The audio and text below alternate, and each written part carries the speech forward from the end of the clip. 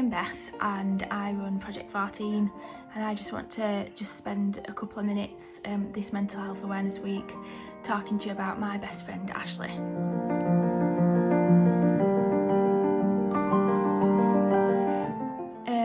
Me and Ashley met each other when we were like 3 or 4.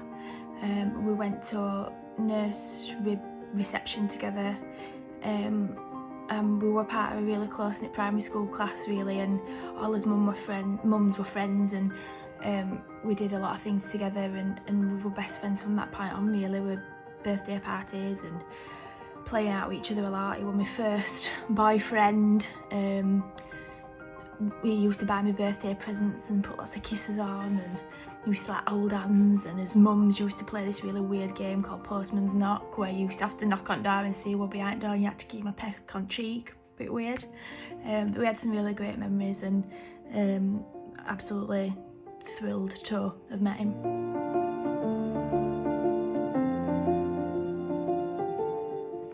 When we were at primary school, we always used to go on residential trips, and I were clearly impressed with Ashley's archery skills on this one, because I've got quite about 6 photos of him playing archery. Look at them trainers, sick.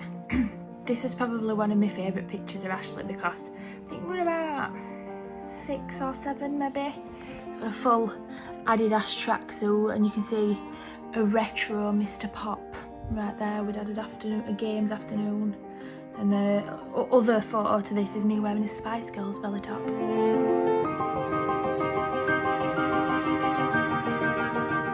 I mean, I took a picture of a bag of sugar that he bought me when I rescued him when he ran out of petrol on the way to work. So he came out of a petrol station with a can of petrol and a bag of sugar. Could have got me a chocolate bar, but he didn't got me a bag of sugar. As we got older, we did some amazing things together really.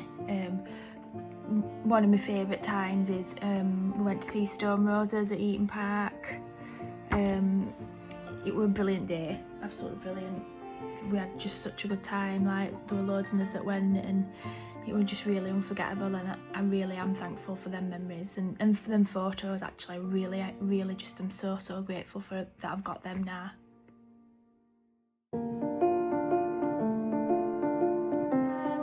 I mean, we looked after each other. This is a photo of me looking after him. Joe, his friend from rugby, is there as well. He was a little bit worse for wear, needed a bit of looking after that night.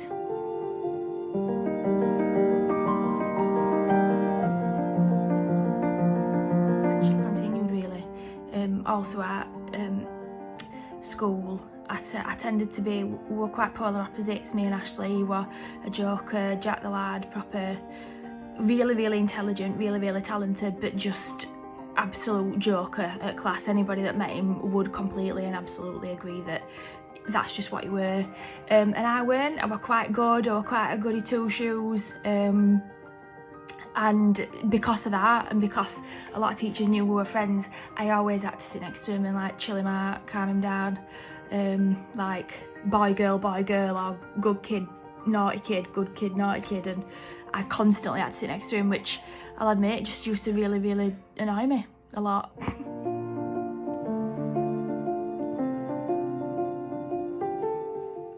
I think looking back, Ashley really brought me on really into adulthood.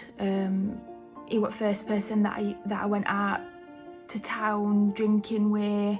He introduced me to a lot of friends who are my best friends now, and I think importantly one of the things that I'm most thankful for is the fact that if it weren't for Ashley, I wouldn't go out with my boyfriend Jack. Now I've been going out with him for 13 years, and through there kind of playing rugby together, I knew Jack, I was friends with Jack, but I didn't really like him, and Ashley very much pestered me to go out with him, and I did, and the rest is history. And from that point on, really, all three of us and all his other friends were inseparable, and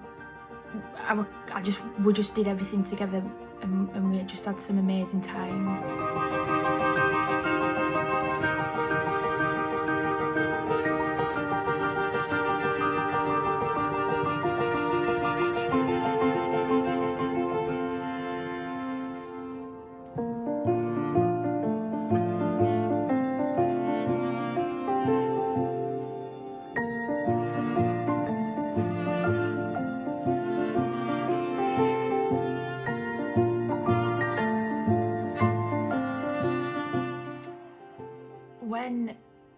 I found out that Ashley had died, I still have quite significant flashbacks about that moment now.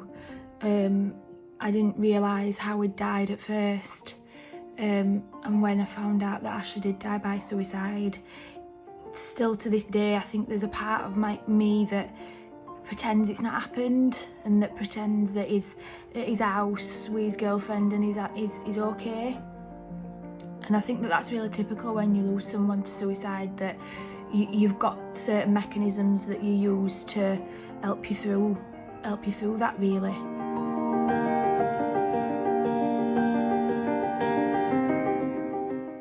One of the biggest things that people will ask you when you lose a loved one to suicide is, did you notice, and did he say anything, and did he do anything?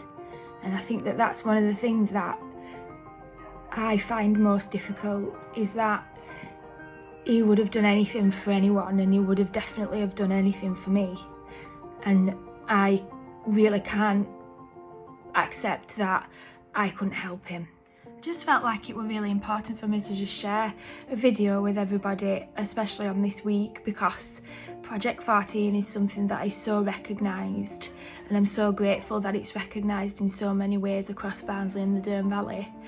I find it really uncomfortable sometimes when people compliment me on Project 14, because I do genuinely wish with all my heart that it was something that I hadn't done, and it's something that I didn't have to do, because if I'd not done it, the chances are that my best friend would still be here, and I would trade anything, absolutely anything, just for him to be here today.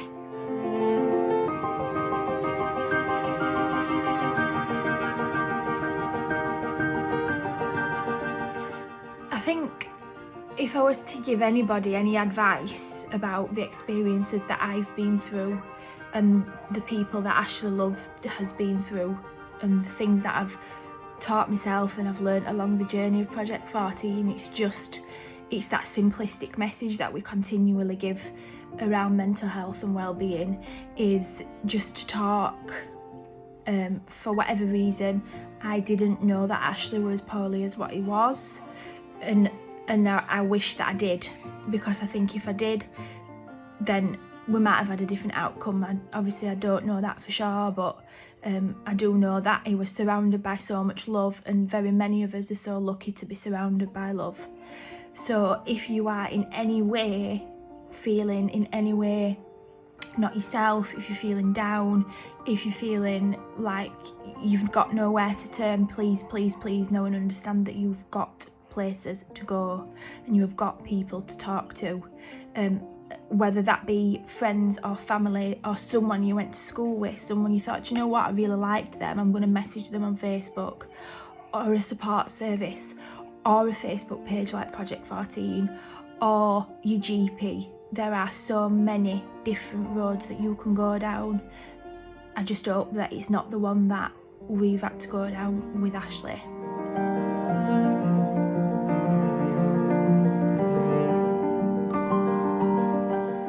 So this Mental Health Awareness Week, I'd like to encourage us all just to really focus on the 5 steps to well-being.